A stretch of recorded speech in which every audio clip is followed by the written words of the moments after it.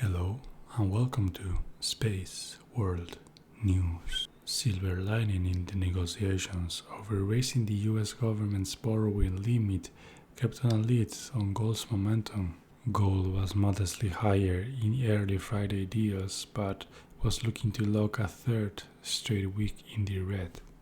Precious metal enthusiasts were showing nuanced reactions to the looming talks over a debt ceiling deal in the US, leading gold to change hands around $1,950 per troy ounce.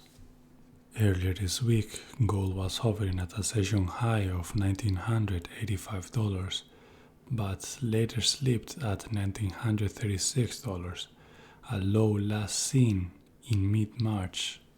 Price-wise, bullion is down just over 6% from its all-time record set on early May.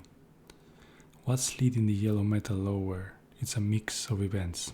In the short term, there's a prevalent notion that since the US government has never defaulted on its debt, it won't do so this time. Expectations are that a resolution will be found before June 1st deadline. Further, the Federal Reserve is softening its aggressive rate hike campaign, putting some collateral pressure on gold. 2 weeks later, gold shows no reaction to debt ceiling deal. Prices float near $1,945.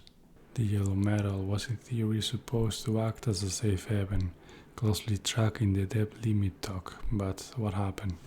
Gold prices kicked off the week on a muted tone despite US policymakers agreeing on a tentative debt ceiling deal.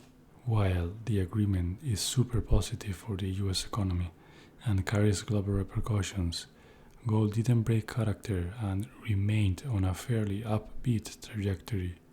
Why is that? Even though Capitol Hill was able to strike a deal with the blessing of President Biden, the agreement still needs to be passed by Congress and the Senate.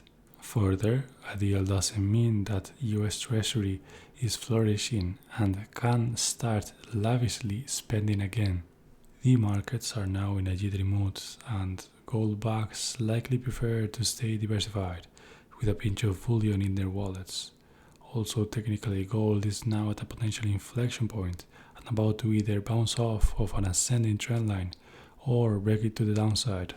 SWN